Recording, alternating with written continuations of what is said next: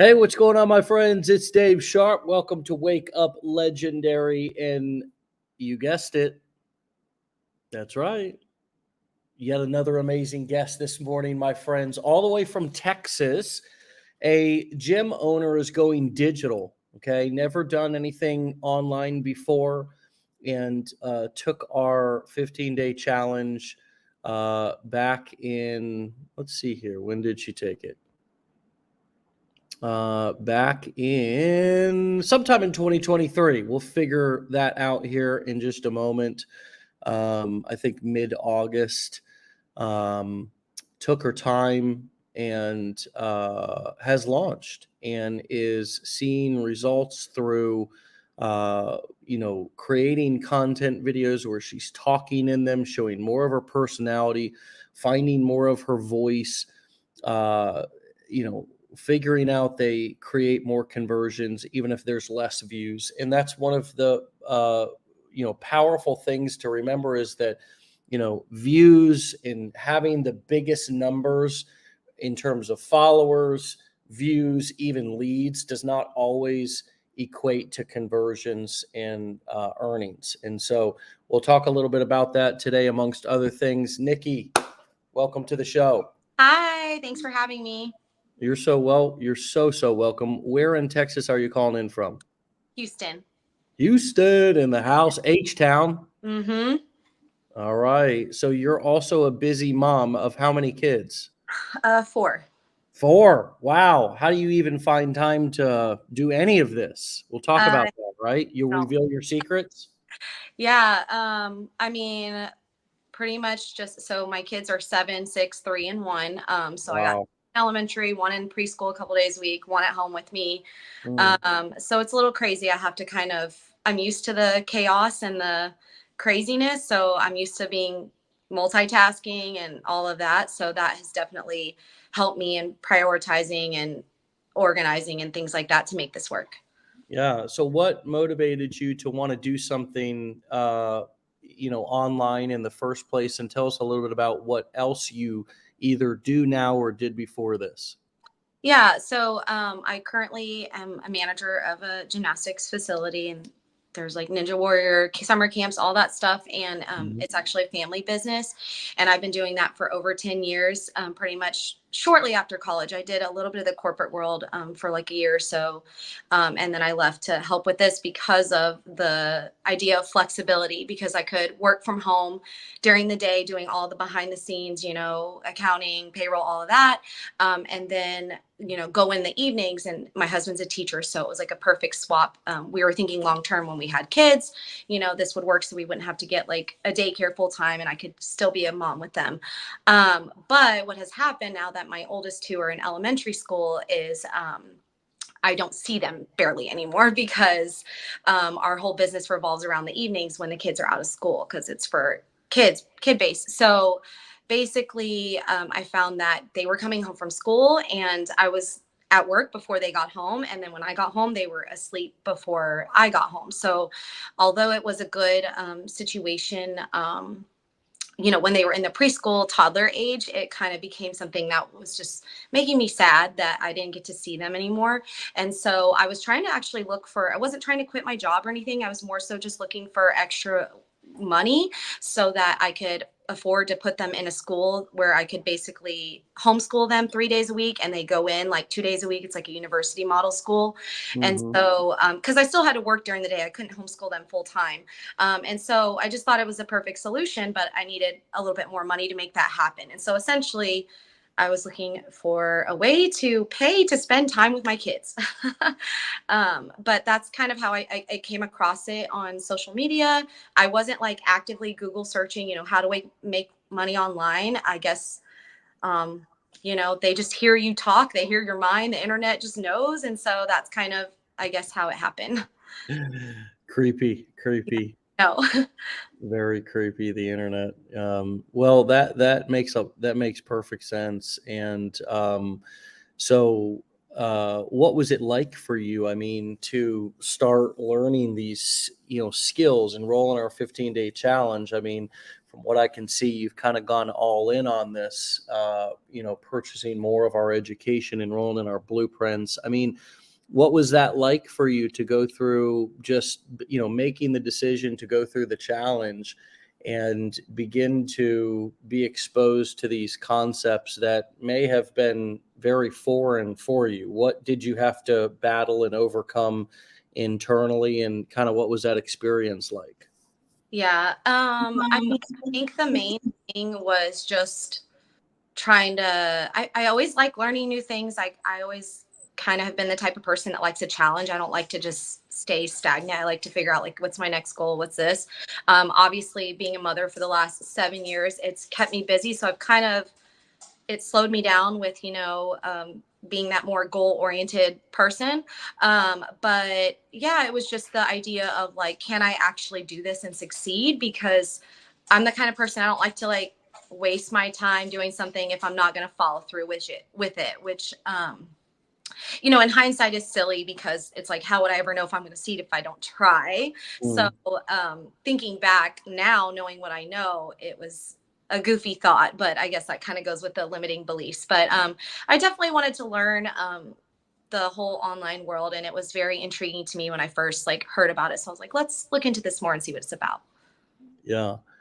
So you said that you had enrolled in our challenge in August, but didn't finish the trainings and start posting until October. Was that because you were going through the blueprints and kind of taking your education a step further? Was it because there was some hesitancy to actually get started marketing and posting content online? What was Yeah. that kind of time frame? Um, What was going on then? So really, I took so once I saw and, like, signed up for the $7 course, I was, like, all in. Like, I basically did it in a weird way, where, like, I, like, had learned through social media about the blueprints and stuff before I even started the $7 course. So, as silly as it sounds, I didn't want to start the course unless I knew I was going to get the blueprints and be able to afford them, and then follow through 1000%. So, but once I started in August, it was just time going through all the blueprints, taking notes, rewatching videos, kind of organizing things, because I really didn't have a lot of time to do it. So I just took a little bit of time each night, either on my drive to work, I would listen to the trainings. And then also when I got home at night for a few hours until I had to go to bed, to start it all over. So I kind of, like, just took my time over the months of, like, September and October doing the blueprints. And then also, of course, setting everything up. Once I finished the blueprints. And then I finally got to the point where it was, like, the very end of October, and I was like, oh my gosh, I could spend another 2 months, like, getting all prepared and making everything perfect. But I told Mm, myself, hey, like, I'm posting on Monday, like, kind of like when you started, I, like, okay, there's always some new excuse, like, oh, I'm gonna wait till after this vacation or whatever. And it was kind of, that was the kind of mindset I was putting myself, like, well, I'm gonna wait until I get this set up. And then finally I was like, okay, enough is enough. I'm gonna just do it. And I told myself, on that Monday, that last, I think it was basically November, that I was going to just go ahead and launch. Who cares, whatever's ready, and figure it out as I go. yeah. Well, I want to encourage everybody. That's incredible. And that's nice that you knew that and had been, doing your due diligence, or, whatever you had done to find out that we did have other programs, specifically the blueprints. I want to encourage everyone, though, if you want to learn online marketing and you're listening to this right now, whether you can afford to enroll in our higher education or not, to go through the challenge, to listen to these Wake Up Legendaries. Start there, see what you can get from it. If you have the finances and the ability to be able to enroll in our higher education, we stand fully behind that. I also do want to speak just for a quick second to those of you who feel like you can't get started because you can enroll in the blueprints. You might be surprised what you can do by just trying, by just going through and soaking up the information. We're always adding to the challenge. We're always looking at how we can make all of our programs more powerful, more complete, and not to mention these over 950 episodes of Wake Up Legendary that you can listen to. Had you, Nikki, listened to any of these episodes, this show at all? And if so, how did that impact you? Yeah, I definitely listened to pretty much all the shows that I could. That was something that was easy. I didn't really have to take a lot of notes. I mean, I could, but it's something I listened to pretty much every day on my way to work and on my way back from work. So it was honestly very powerful. I feel like honestly the wake up legendary like interviews and shows were one of the main reasons that kind of led me to like go all in, because it really like showcases, you know, regular everyday people like doing this and being successful. Because like when you see online, like you've always said, it's like a snapshot of like your, you know, Instagram reels of, you know, more of the famous or whatever, you know, well known. And so like when you go on and you see, you know, everyday people doing it too, you're like, okay, why can't I not do that too? Yeah. Yeah. No, I'm glad that was what, spoke to you, was hearing the stories of just kind of like we're doing right now. I mean, there's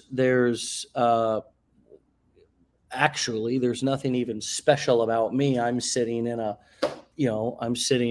home right now, my home, streaming this, I mean, there's no big production team here. I've spun my computer around a few times over the last couple of weeks, just showing everybody, behind the scenes of my little setup here. And I certainly have more years of experience, which those years of experience have taught me that I don't need to trip out on anything. I don't need to freak out on anything. I don't need to base my entire marketing career on one event or one day or one video.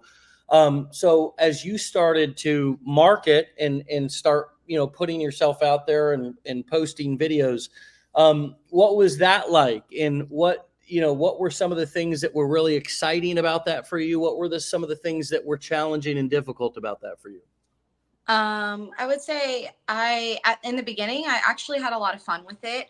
Surprisingly, I didn't overthink it like I thought I was going to, because I was just Wow. learning social media. Like you thought you were going to, isn't that amazing when we Yeah. surprise ourselves and have a positive experience even when we think we were going to. Don't mean to interrupt, but I just wanted to highlight that because, we oftentimes will surprise ourselves and have a positive experience when we think we're going to have a negative one. Right. Yeah. And that was the thing, is like, I just kind of was like, oh, this is what I got to do. Okay. Let me do this idea. I would see something. I kind of like to go the humor route and try to resonate that way. And then I started trying the talking videos and just B-roll videos that was easier for me to make, because then I could just quickly film myself while I was doing my other mom tasks and house duties. And so I found that easier. But yeah, in the beginning, it was actually not bad as far as creating content. It's just, as it's almost like I started overthinking it as I got further into it. When in the beginning, since I didn't know any better, I was just kind of like going with the flow, throwing whatever out there, not knowing if it was gonna work or not, you know. And then as I started Mm. to strategize, it was like, okay, what's going on here? So it's just kind of like trying to find that happy medium between having a strategy, but then also kind of just going with your normal kind of personality and flow. I call that ignorance on fire at the beginning, right? When Yeah. we when we know when we know very little about anything, we kind of just it's sort of like when we're babies or toddlers. We have no fear. We see no barriers or boundaries. We're just sort of ignorant to all of the, the risk or the judgment or Right. the rejection, that we later start to develop a complex about. Right. And I feel like the same thing happens with at the beginning when we're starting a business or launching or starting to post videos online. So what are some of the, how are you dealing with that overthinking now, that comparisonitis, whatever it was that was popping up for you, that was kind of, as when that ignorance on fire started to kind of wear off those first month or two, what are you doing to overcome that overthinking and that overanalyzing, which we all know can lead to feelings of kind of, feeling frozen or paralyzed? Yeah. I definitely catch myself in those holes sometimes, I'm not gonna lie, but really just keeping my eyes on the prize. I mean, that's the best way I can say it. That's kind of what got me started to jump in to begin with, just like over my fears initially was just like, just go for it because I wanted to have a change in my life. I've always kind of had that like business kind of mind because I grew up, in a family who, owned businesses. And so like, but I never like had anything, even though like in the manager position, I basically ran the business as an owner in a way, behind the scenes, even though I wasn't an owner, but like doing everything from scratch. So like I wanted to have that for myself. Like I wanted to have something I could say like, hey, I did this 1000% like from the bottom up myself. And that's kind of was like my eyes on the prize thing. Like I was like, get over it, focus on you. Who cares what anyone else is doing or succeeding or not succeeding? I remember there would be times in the beginning when, I mean, I literally would have like, I don't know, maybe 100 something posts and like 30 followers. And I see people now who have like, like 15 posts and they have like 200 followers and they're like, oh, how come I don't have 1,000 followers? I'm like, I literally had like barely any followers and over 100 something posts. And I just laser focused and kept going. And then that's when I started to kind of see results like after the fact. I wasn't really paying attention to the noise at the time. And that's what helps me because when I do pay attention to the noise, that's when I go down a pigeonhole and it just wastes time, honestly. This is, my friends, pay attention to this. This is so relatable for me as well. When I am paying attention to what other people are doing, I am my least powerful self. I am the most ineffective. I am completely derailed from my mission, my focus, my vision, my best self, my potential. When I am not paying attention to what other people are doing, posting, saying out there on the internet, the trends, even when I am not paying attention to the trends, it is night and day in terms of my confidence Hmm. because I'm in my own, I am literally like a horse with blinders on. I don't see anything except what's in front of me, which is my vision, where I'm going, what I'm up to, what I'm building, what I'm creating. Right. And when I have those blinders off and I'm paying attention, in this case, I'm spending too much time scrolling social media, looking at what other people are doing, getting caught up in what's hot, what's not, what's working still, what's not working. Now all of a sudden somebody might say, well, this isn't working anymore. This is dead. But people have been saying that for 13 years on the internet, that certain things are dead. And Mhm.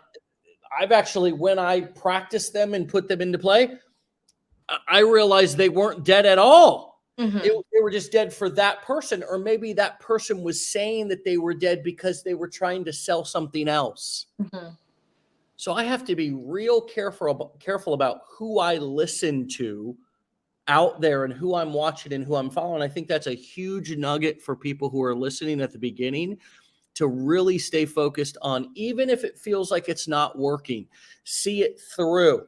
And you had mentioned that earlier in the conversation. I wanted to make sure that I did something, started this, and was going to follow through with it. I believe that also applies to when we're testing something out here in our business. Do you agree with that? Seeing it through, following through with a particular type of content. I mean, do you have any examples that you can think of, that of something that you almost stopped doing, but you didn't, or you kept tweaking it just 2 millimeters, and then eventually it was like, damn, this actually works. Yeah, I would say definitely like for me it was the talking videos The because talking videos. yeah, when I did like I mean some of the other short form gets, like you said, more views, more likes, things like that. But I remember kind of what got me interested to actually move forward and not just watch. And it was talking videos where I could be like, oh, there's a real human. Yeah, you get the informational stuff from the quick 7 second videos, but when I actually could hear someone talk and hear about their life and hear about, whatever their struggles or whatever, just their personality, I was like, oh, they're kind of like me. And then that made me think like, well, then I can do it because they're like me and I related to them. And so I would try to tweak those and kind of get better at those. And I'm still, of course, sometimes when I'm behind, I get behind what I'm wanting to do. But that's definitely something I want to start incorporating even more, because I see that those are the lowest views, but they are the ones that get the most inquiries and people asking about it and things like that. So, Now, I said that at the beginning of the show before I even brought you out, that oftentimes views, um, followers, even leads don't particularly equal sales.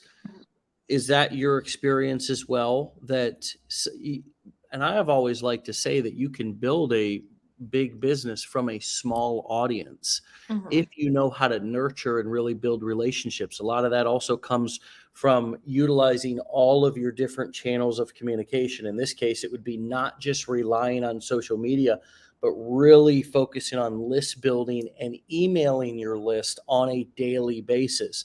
Are Mhm. you doing those multiple touch points, and is that one of the things that's helping you to make more money from a small following? Yeah, I mean, so as far as the email list, I have that going. It's something that I'm wanting to, like, it's on my list as well, that I want to continue to expand on. So as I grow and as I, am able to just, it's like you have the everyday tasks that you need to get done, that you want to get done. And then on top of that, I have like in my head all of these things that I want to slowly build into my business, because I feel like I just know how I am, and if I go all in at once, like, I'm just not going to be good at anything. So I'm trying to get really good at this, as I slowly work in, continuing to add to my email marketing, eventually adding digital products and things like that. So I'm kind of just trying to stay focused on what I have. But yeah, definitely using the email marketing and putting in my story, and that has been helpful, I think. Yeah. So what have you learned about yourself through this process that's been enlightening and empowering for you? Um, just that, like, I mean, I guess I'm like capable of doing things that, I know everyone says this, but you don't really believe it for yourself until you are doing it. And I think that's why it's so important to just go for it, because it's so easy to just continue to watch people for months and months and be like, well, that's them, that's them. And but still in the back of your mind think that you can't do it. And Yeah. it's just being able to have goals and dreams, because it's like you always feel like, okay, this is the life that I have, like, accept it, kind of thing, and it's just like, that's just not true. Like, you can actually be like, no, this is what I want, and I can take steps to go for it, but you have to take the steps. You can't just say, this is what I want. Like, I hear people all the time, they're like, oh, I want land, and I want this, and it's like, okay, but like, what are you doing to like go for that, and so, like, me, it was almost different. It was like I was just accepting the fact, like, okay, this is, I almost like wouldn't set goals for I mean, I wouldn't set big goals for myself. Let me put it that way. Like, I would put goals for myself, like, hey, I want to do this half marathon, I want to do this for my kids, I want them to go through this route and accomplish that. But it wasn't like I want to have these big, family dreams of, not making all this money or having freedom and more time and things like that. I just kind of accepted the reality. Yeah. Well, I think that's very built into our society. And I think that's why so often um, we are, we look at opportunity as a scam, you know, Right. because it's like, and I've I've seen that happen in so many different verticals or industries, that something is presented and people are just so skeptical. And it's either that it's a scam, or they're so skeptical about it that they don't listen, or they just lack the confidence that I can actually make that a reality for me. It might be possible for somebody else, but it's not going to be possible for me. And you know, I think that's a systemic thing that is kind of built in to us from early childhood, when we are sort of you know we're we we just take on this message of just, and we are delivered this message over and over again of, get good grades, go to school, stay in line, don't speak up too much. Where are you going to go to college? What do you want to be when you grow up? And Mhm. that's usually like a firefighter or it's all jobs, Yeah. right? It's all working for somebody. It's not the we don't teach entrepreneurship or business ownership in school. I don't even, to be quite frank with you, and this would take some incredible, you want to talk about due diligence, and something that's interesting is how in the hell did our country get built in the way that it did to be the greatest economy, the most powerful economy with the strongest businesses in the world? But there is no mention of business ownership or Mm. entrepreneurship in any public school Right. that I was ever in. Not a single class, not a Yeah. single classroom. And I have to also disclose that I was a ninth grade dropout. So it's not like I went all the way through high school. But I mean, I've done 950 interviews plus here. I've been in this industry for 10 years before I started doing this podcast. I have never heard somebody say, yeah, I was well aware of entrepreneurship and business ownership and the Yeah. idea of financial freedom and all of this, way before I started doing this and started reading books, started getting into personal success and personal development. I mean, so I think for all of us, we have to realize that we were sort of programmed, all of us together, to just be factory workers. Hmm. Maybe a lot of this happened back in the industrial era, or when we were in multiple wars and we needed people to really just kind of do fall in line and be factory workers.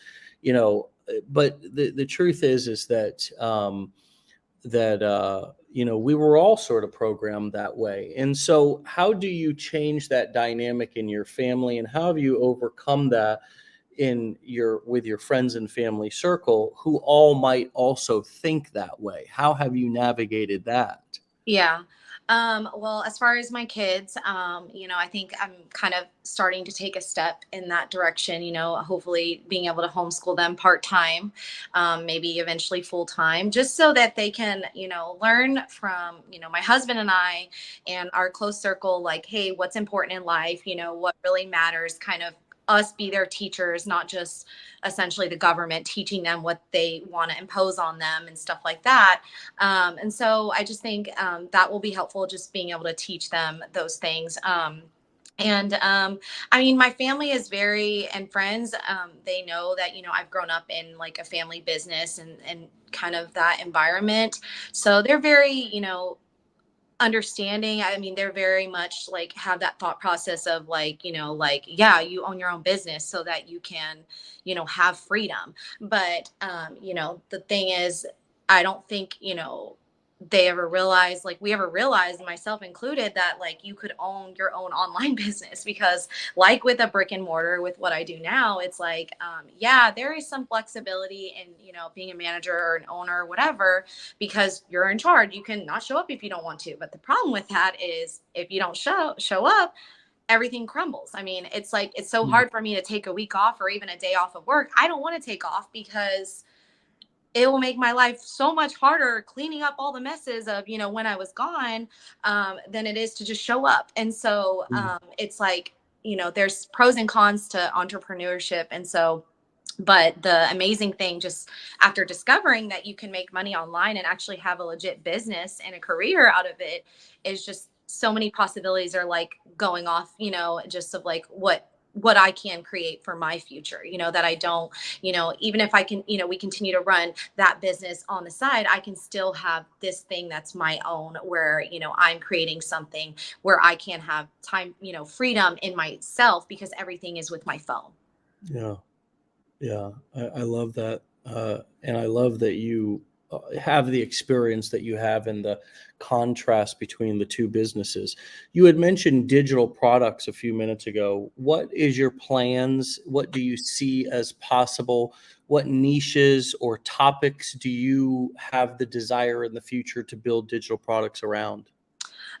So right now, my goal is to continue into the wealth niche and try to create some digital products entirely in that. And then like long term, when I do have more time, I would like to probably go into the parenting niche.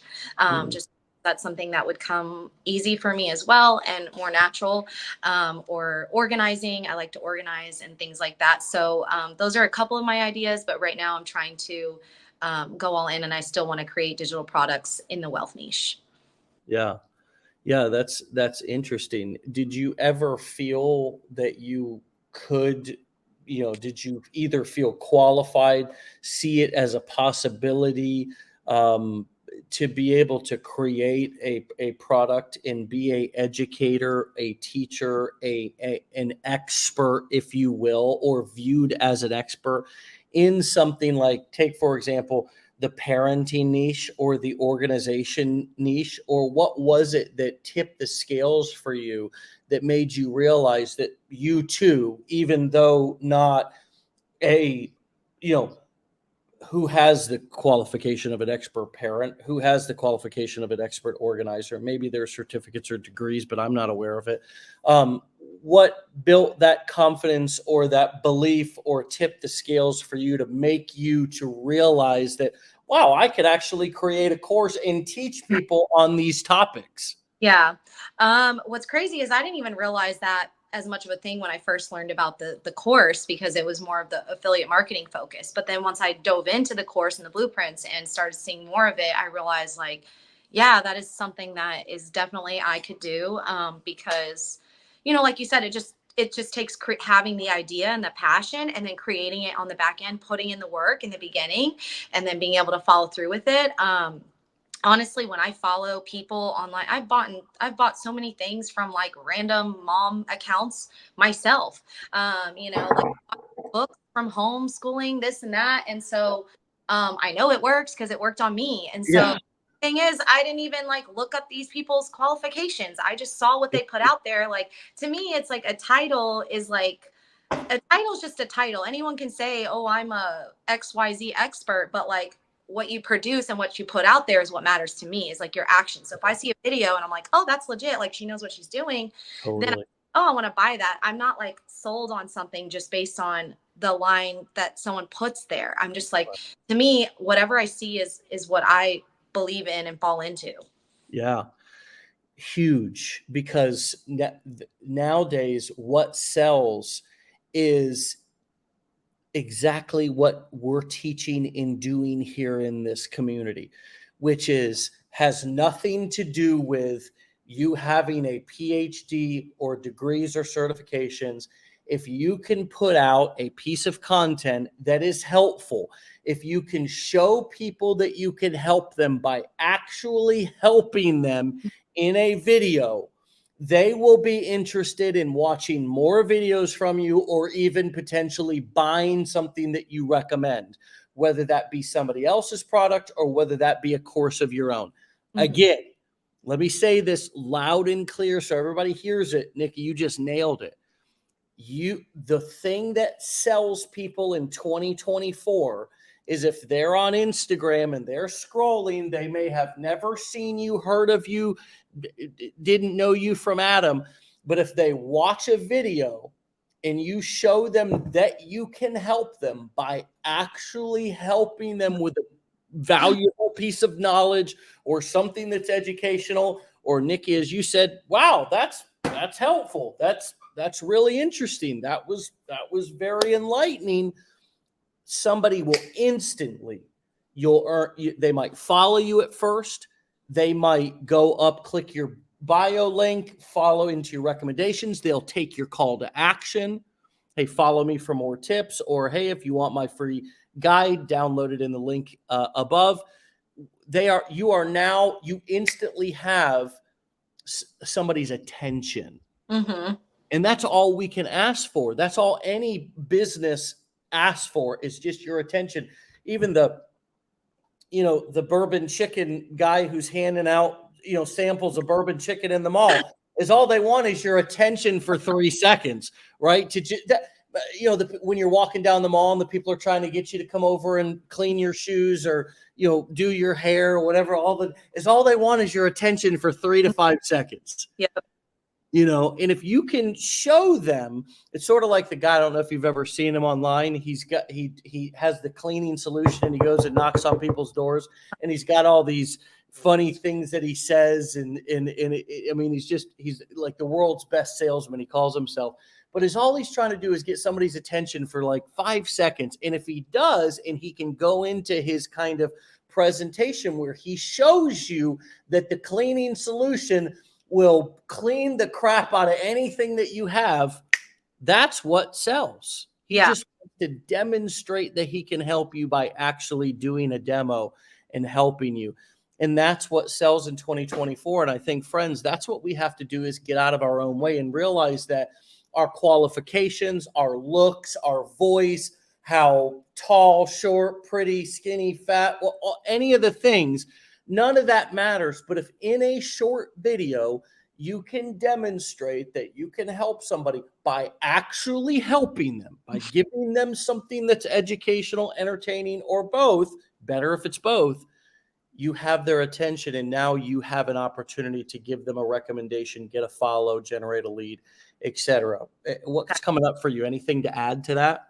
Yeah, I mean, it's just like, it's so true. It's like when you go to record, it's like in the beginning, you're like, oh, I gotta redo this, redo that, whatever.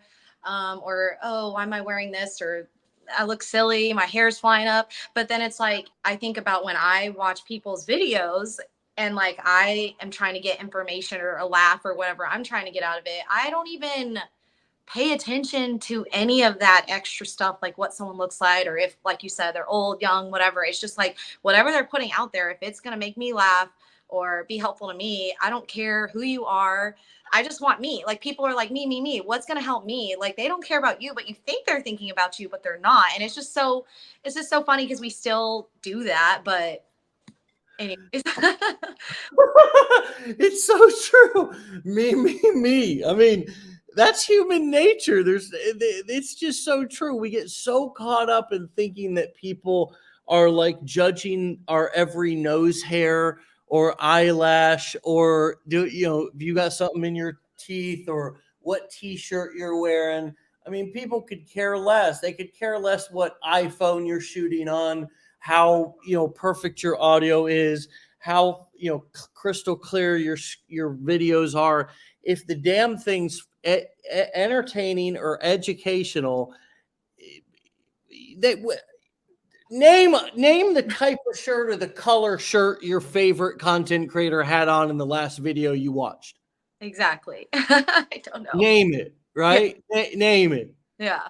I mean, we can't remember. We can't remember because that's not what's important to us. And I think that, the sooner we all realize that. I remember when I first came online, I saw certain guys that I thought I needed to be, my own form of comparisonitis.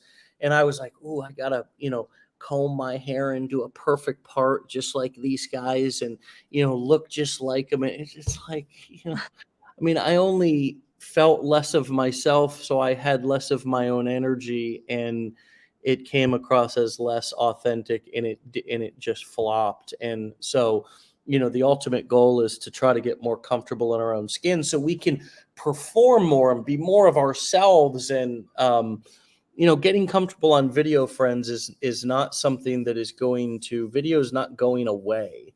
Even as this augmented and virtual reality stuff comes out, where in a few years we're going to be visiting with our family, sitting down, having dinner with friends in a virtual, I mean, I don't know where we're going with all this stuff. I really don't, but they're already starting to show us, where you're got your little virtual reality person and you're, walking into a room and you're having meetings with people and all this kind of stuff. I mean, this stuff's not going away. It's being on video is not going away. And talk about the leverage that you have to be able to do business on video from your home versus have to go into an office or a location and do it. It's just, talk about leverage. It's the ultimate leverage. I mean, it's so nice because it's like I can do it whenever I want. And then I just take the 2 seconds when I need to post. Like right now, I have to work around my kid's schedule and when I have a few hours to batch. So like on Tuesdays and Thursdays today, my 3 out of my 4 are in school. So when my youngest is napping, that's when I get my work for my regular job done and my content batching done. So Oh, snap. We just lost her. Oh, here she is. okay, so Hey. it's like if I have something that I can do while my kid is eating or walking around the house, like responding to an email, that. But then I save my content batching where I have, my camera and all that, where I know my kid's gonna knock it over if he's up. Then I do all of that. So I strategically plan my tasks based on what can get done with the kid around in the background and what can get done what needs to get done while my kid is napping, and I have 1.5 hours to myself. And Yeah. so been very strategic with that in order to get things done efficiently. But yeah, it's just been so nice because even when you're out on vacation or with family, you have all your stuff 2 clicks from your phone and you've done it at your convenience. You don't have to be there to be there, which is really nice. So speaking of the, fitting things into your schedule, you had mentioned in your questionnaire that we asked you when we invited you onto the show that what's working well for you right now is the different ways that you're holding yourself accountable and to make it more manageable to do as a busy working mom. You had just kind of alluded to that a moment ago. What else are you doing? What other little Nikki hacks do you have that are working for you to make this work for you inside of your already obviously very busy life? Yeah. So basically it took me a while to get a rhythm, but I finally figured it out. So basically what I'll do is I on Saturday and Sunday, my like weekends, just to feel like I'm not working as much, I will mainly because by the time the kids get to bed, of course, like my husband and I want to spend some quality time together as well. But usually it ends up being a movie where he's watching TV and falling asleep and I'm on my phone scrolling. I basically make Us guys, we're Yeah, he's really bad about that. He's like, "Let's watch this movie." I was like, "What does it matter what movie we're gonna watch? You're gonna fall asleep in 2 seconds, anyways." Um, I know moms can relate to this. I can relate to that. Yeah, exactly. So since I know he's gonna fall asleep, but he wants that quality time, I will.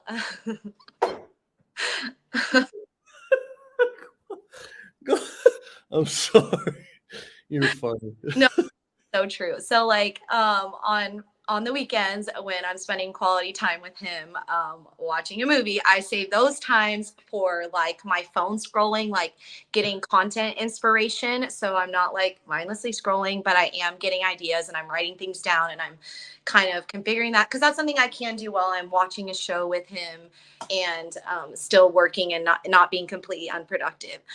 So weekends are for like content ideas and inspiration and stuff like that.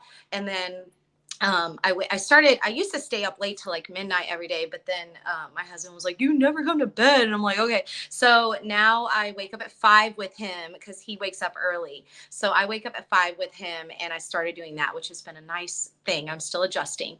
Mm. And I get like an hour and a half work done. And usually, like I said, since I content batch on Tuesdays and Thursdays when my kids are napping or when my kid is napping and the other ones are in school, I will save all my other like morning or late nights for like editing, basically editing and captions and things like that, and emails and responding. Obviously, I try to respond to DMs and comments right away, but that's an easy thing. So, yeah, just kind of finding my rhythm. I set goals for myself each week with my planner on like, what I want to accomplish, just to kind of hold myself accountable too. Yeah, I mean, God, man, you are just easygoing and just, making it work and fitting it in wherever you can. I admire that about you for real. Like there's no complaining. You just yeah, I mean, God, I feel like that's such a great quality in an entrepreneur, in a business owner, in a leader of people. Like you gotta not be like super critical of everybody around you.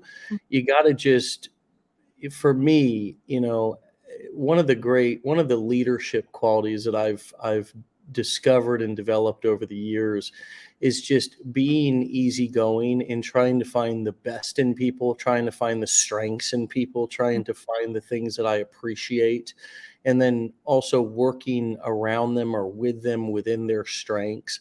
Mhm. And not only in your business, but also in your marriage. You're so flexible and you're so willing to, um, spend the time for, even if, what's your husband's name? Greg. Even if Greg falls asleep, which I so love that you shared that, because so many of us can relate and the comments were popping off. But also just, then you're waking up early with him, and you're just you're willing to try things, you're willing to explore things, you're willing to meet people where they're at, you're willing to be easygoing. One of my early sponsors in recovery, who's kind of like a mentor, he said, you have to be flexible in life and in your recovery, Dave. um, if not, you become brittle, sort of like a rubber band that doesn't get used over time. It can become brittle, and then it breaks when you go to stretch it again. And you have to stay flexible, always staying malleable and flexible. And I just see that so much in you. And that's what obviously makes you such a great mom, a great wife, a great business manager, and now a great business owner. And I just want to validate you for that, because, not only are you funny and you're being successful with this, and you have a wonderful personality and a wonderful mindset. You just have some amazing qualities that I really admire, and I think that we all can learn from, just in terms of some of the things that you've described. And so, shout out to you for real. Like, keep up the amazing work. What You. advice would you leave people who are kind of feeling a little bit more, frustrated or rigid right now, or like they're in that phase to where it's not, the things aren't happening the way that they want or as fast as they want? Like, if you could go back and give yourself some advice when you started, what would you say? Yeah. Honestly, I would just say, just have fun with it. Don't take yourself so seriously. I mean, life is just, it's just not serious. Like, it's just not supposed to be that way. Me and my husband are both like huge goofballs. Like, our kids don't stand a chance. But that's just kind of how we go about things in general. Even my family, like, I was brought up that way too. Mm, But yeah, I mean, just don't overanalyze things. And I say that I'm a hypocrite because I do that still. So that's something I'm working on. But I've gotten better, mainly because I'm like, I have that goal and I'm like, okay, I got to get this out. Like, am I going to reshoot it? Like, oh, oops, I just shot that whole video, spent 10 minutes doing that. And I realized I have a stain on my shirt. Oh, well, send. I got to go because the baby's about to wake up. So just kind of doing what you have to do to get it done without overthinking it. And just, yeah, keep your eyes on the prize, your why. I just want to be able to show my kids that they can do whatever they want to do, that they're not, stuck to a certain thing, that, they can dream big, and just to be able to spend time with them. And so that's what I always just keep coming back to. Like, I don't care if it takes me, yeah, in the beginning, maybe I had certain goals that I did or didn't reach, but it's like, it doesn't matter to me because I'm like, okay, what else would I be doing if I'm not doing this? I would still be mm, scrolling on the couch while he's still watching TV. The only difference is I'm mm, mindful of it. I'm thinking about what I'm looking at. It's like, I'm not giving up anything to do this. Like, I mean, I'm giving up maybe an hour or two a day, but like, I'm trying to think of what I did during that extra hour or two, anyways. And I really can't think of anything that I was doing extra. So obviously, it was just wow. love. So I don't care if it takes me longer. And I know it might take me longer to get to my big goals because I'm a mom and I'm still running a business and I'm still raising these four kids. And once they start homeschooling, Lord knows what's going to happen with that. So I'm aware of that, but I'm okay with it because I'm still taking the steps I need to get where I want to get someday. And I don't care if it's not tomorrow that that's happening, because if I'm not doing this, then I'm still here. Like, I'm never going to get there. So that's kind of my thought process, is just like, it's takes longer, at least I'm doing something to work towards it, even if however long it takes. I don't think I've ever heard it put that way, so simply, so powerfully, in terms of how I'm spending my time anyways. Like, what else would I be doing? What was I doing before this? Am I just going to go back to doing that? Incredibly well said. That was like a sound bite. That was worth the whole price of admission, which, oh my God, this interview is free for everybody to listen to and soak up. So enjoy, my friends. Go back. This one's worth a re-listen. Nikki, thanks for your time today. Amazing, amazing interview. Thank you so much. Come back and see me if you would. All right. Appreciate it. Thanks, Dave. All right. We'll talk to you later. Bye. Well, I hope she definitely will, stays legendary, my friends. Really powerful. Thank you all for the amazing, yeah, she sure is, for sure. Thank you all for the great comments, supporting comments. As a mom of soon to be 3, this is so inspiring. Thank you, Nikki. Excellent show for sure. Great job today. Thank you both. Great interview. Being okay for it, the time it takes and it needs to take. Yes. Thank you, Nikki. Wow. I mean, really, really powerful words all throughout the show. Right there at the end was such a powerful perspective to, to see your journey through, which is, what was I doing before this? God, that was such an amazing soundbite from her. Thank you all for the amazing comments, the great support for our guest, for Nikki. Please go and find her and support her over at Live Free Affiliate Mama, all one word, over on Instagram.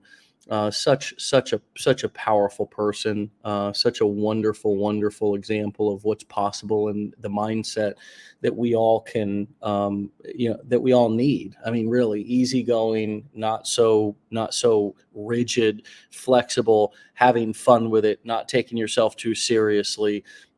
Self-awareness too. Look, I mean, knowing that I can be a little bit hypocritical, but still believing in the ideas of not overthinking and so forth, staying true to those values, even though I struggle with them. That's totally normal. You know what I mean? I mean, just because I struggle with something doesn't mean that's still not a value. That's still not something that I can value and do value. So just, wow. I can't say enough. Hey, Tammy, you're so welcome. They're what keeps me going too. I mean, these conversations are just the best. So, all right, my friends, thank you so much for the tenacity and grit is loaded up today. Awesome. She hit the nails on the head, no doubt. Absolutely valuable advice and information. I'm so glad you made it to this Wake Up Legendary as well, Gabby. Awesome info. I agree, Joyce. Very, very motivational. Totally honest and real, without a doubt. All right, my friends, we will see you back here tomorrow for another episode. If you want to get started with any of our programs, go to legendarymarketer.com/enroll. And if you want to get a text message reminder every time we go live on this here Facebook page at 10 a.m. Eastern time, live. This is not a recording. It is live. It is Tuesday, March 19th at 10:55. Okay. We are live right here, right now. I'm about to end this show live. Okay. So if you want to be here live with us, text WUL to 813-296-8553. Again, text the letters WUL to 813-296-8553. You'll be added to our little reminder list where we'll send a text message every morning at 10 a.m. Eastern time. You can click the link, hop over to the show. And we'll see you back here tomorrow for another episode. Get out of here. Have a great day. Stay legendary, my friends. Peace.